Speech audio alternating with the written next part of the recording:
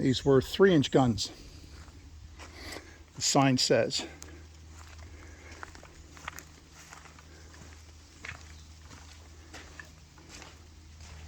More suitable to a small vessel. So the problem with a big gun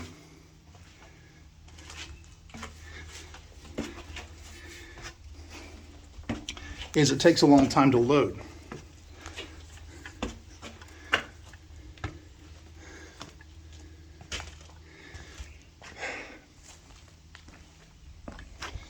A port like that, that's a ammunition pass up.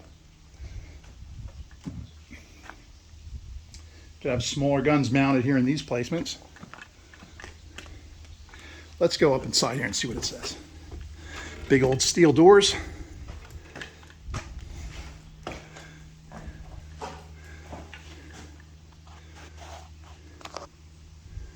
This was it was a 5-inch gun converted to an observation point. They reinforced it at a cost of $850. Oh my goodness. Military budgets.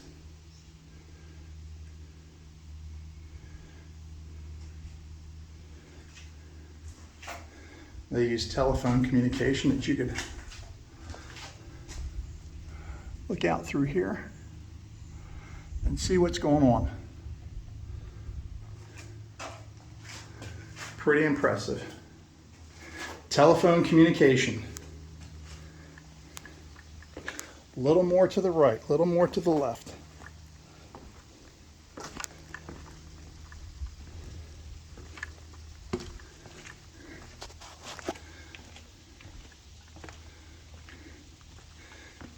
See here, these are ammunition box hoists. They could bring ammunition up here for these guns. I think this one might have been how big was this one? Definitely a bigger mount.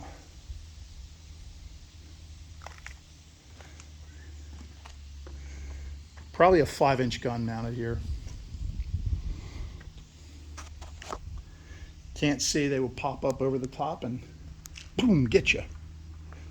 You would come up the river and you wouldn't see anything aside from the fort in the middle. And all of a sudden these guns would pop up and get you.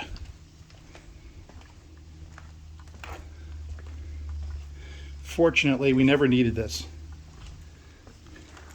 After the First World War, warfare changed.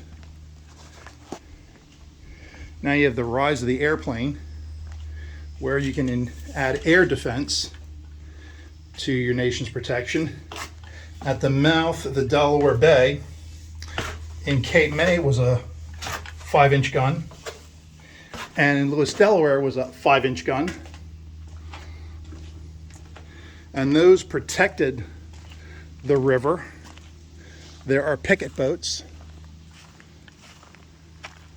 military vessels that would patrol.